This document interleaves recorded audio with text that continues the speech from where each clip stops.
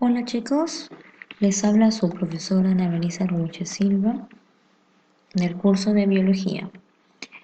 Esta semana vamos a comenzar un nuevo tema dentro de los indicios del origen de los seres vivos. Nosotros nos hemos quedado en lo que es la generación espontánea vitalista de Aristóteles, que está dentro de la teoría de la generación espontánea en el tema del desarrollo histórico de las teorías sobre el origen de la vida. Comenzamos con lo que les mencioné. El tema en sí se llama primeros indicios de la vida. Y lo que nosotros hemos estado viendo la semana pasada es el desarrollo histórico de las teorías sobre el origen de la vida. Ya hemos visto sobre la teoría de la generación espontánea, ahora queda la última, que sería la última de la teoría de la generación espontánea, que sería la generación espontánea vitalistas y sus opositores. Bueno, sí, hay que continuar. Aquí el desarrollo de la burguesía trajo consigo una mayor actividad científica y una actividad crítica frente a los fenómenos naturales, despojándolos de la pesada herencia aristotélica. Y entonces se sometió a la experimentación de todas las ideas y las teorías. Entonces aquí la teoría vitalista de la generación espontánea empezó a ser cuestionada hasta que fue desechada del pensamiento científico.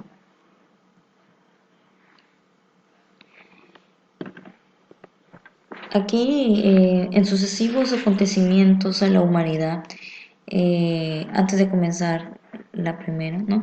Quiero mencionar que, bueno, les decía, ¿no? En sucesivos acontecimientos de la humanidad fue testigo el esfuerzo humano por llegar al conocimiento real de los fenómenos. Entonces aquí la ciencia fue superando progresivamente el idealismo y sus concepciones. Y este proceso, sin embargo, duró cerca más o menos de 2 siglos, puesto que periódicamente surgían vitalistas tratando de demostrar experimentalmente sus puntos de vista. Entonces aquí viene el primer experimento o teoría que decía así. Aquí el personaje Van Helmont llega a dar a conocer su teoría, que era la generación espontánea de ratones. Este vitalista dio en 1667 una receta según la cual decía que las criaturas tales como piojos, pulgas y gusanos nacen o nacían de nuestras entrañas, animados por la fuerza vital del alma humana, que incluso es capaz de impulsar el desarrollo de ratones a partir de la ropa interior con sudor y una porción de trigo. Para este personaje la fuerza vital es el arcano. Entonces aquí en una de sus recetas plantea lo siguiente. Dijo que si colocamos ropa interior llena de sudor con trigo en un recipiente de boca ancha, al cabo de 21 días el olor cambia y el fermento, así surgiendo de la ropa interior y penetrando a través de las cáscaras de trigo, que iba a cambiar el trigo en ratones. Entonces decía, pero lo que es más notable aún es que se forman ratones de ambos sexos y que estos se pueden cruzar con ratones que hayan nacido de manera normal. Pero lo que es verdaderamente increíble es que los ratones que han surgido del trigo y de la ropa íntima sudada no son pequeños ni deformes ni defectuosos, sino que estos son adultos perfectos. Esto decía. Incluso el naturalista inglés Ross señalaba también que dudar de los escarabajos y las avispas eh, se originan, o sea que si dudábamos de esto, que se originaban del estiércol del ganado vacuno, era dudar de la razón, de los sentidos y de la experiencia.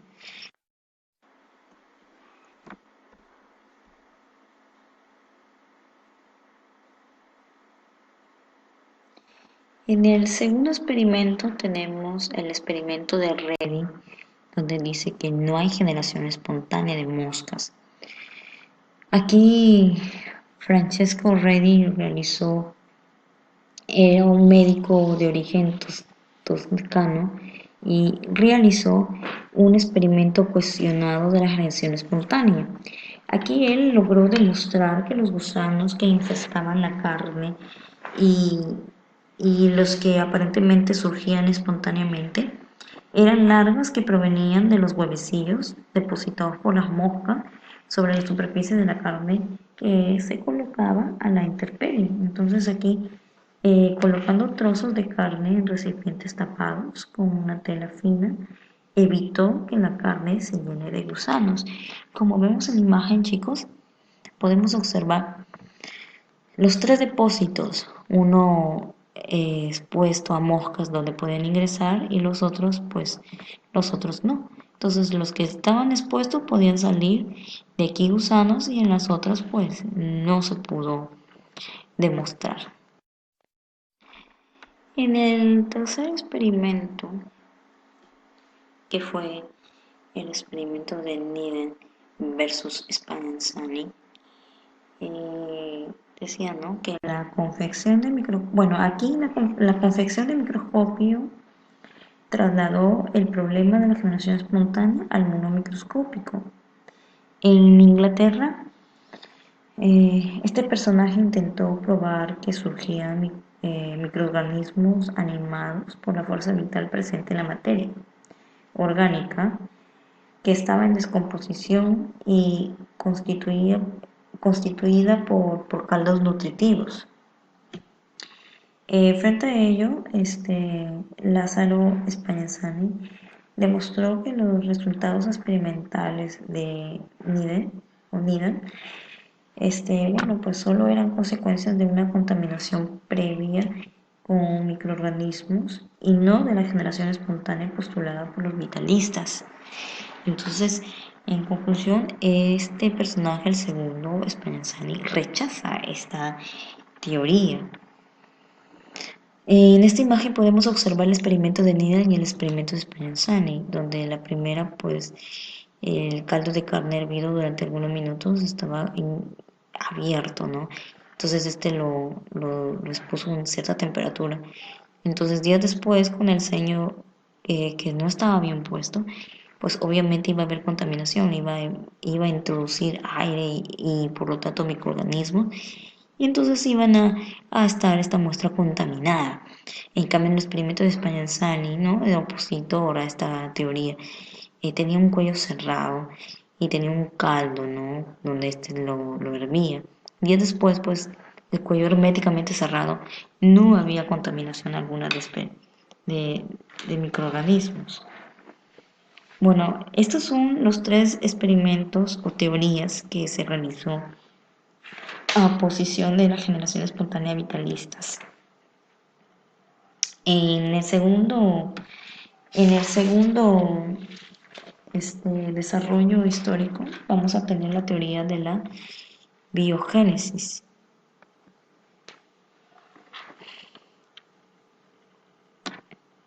Los últimos esfuerzos de los vitalistas a favor de la generación espontánea los realizó Pouchet mediante una serie de experimentos con microorganismos.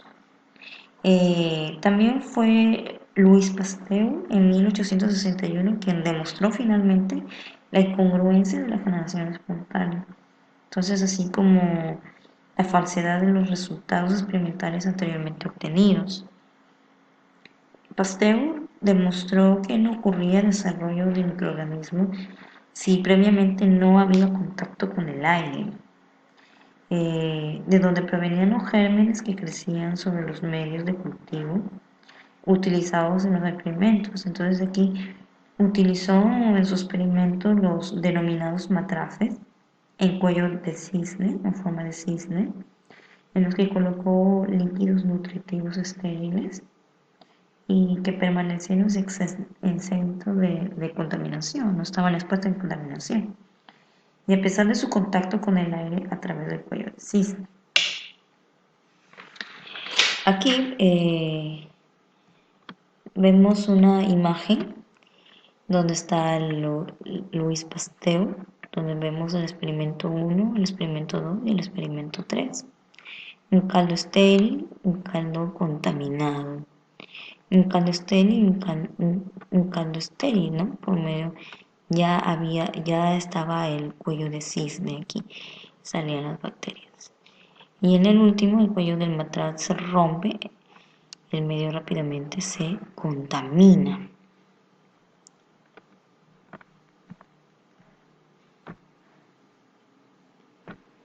Tenemos aquí, antes de terminar, hay que mencionar ciertas cosillas.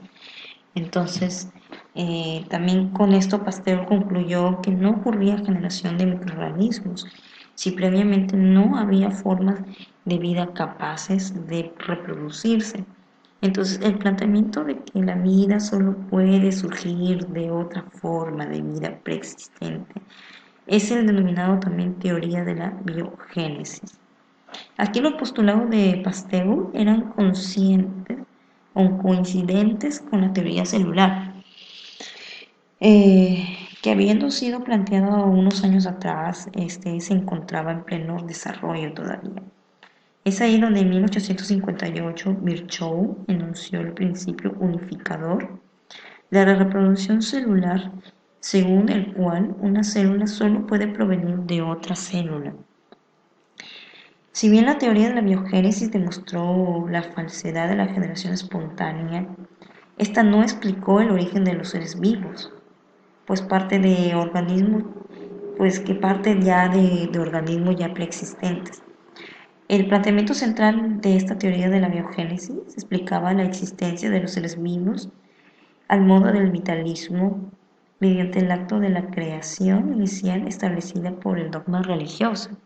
Entonces aquí los experimentos de Pasteur van a representar el triunfo de la ciencia contra el empirismo. O sea, pero trajo consigo también interrogantes a las cuales la ciencia de la época no estaban en condiciones de darles respuesta.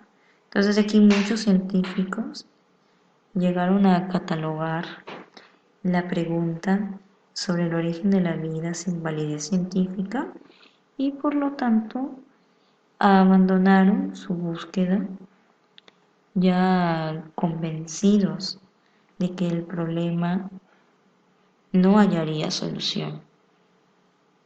Entonces, como les explicaba, ¿no?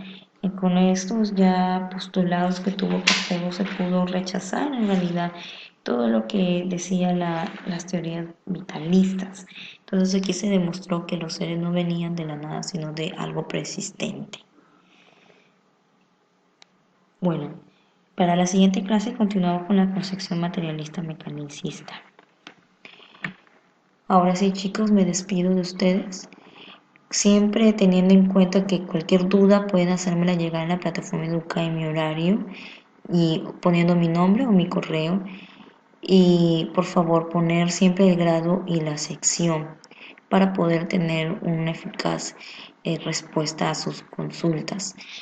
Muy bien, chicos, que tengan una bonita semana. Hasta luego y quédense en casa.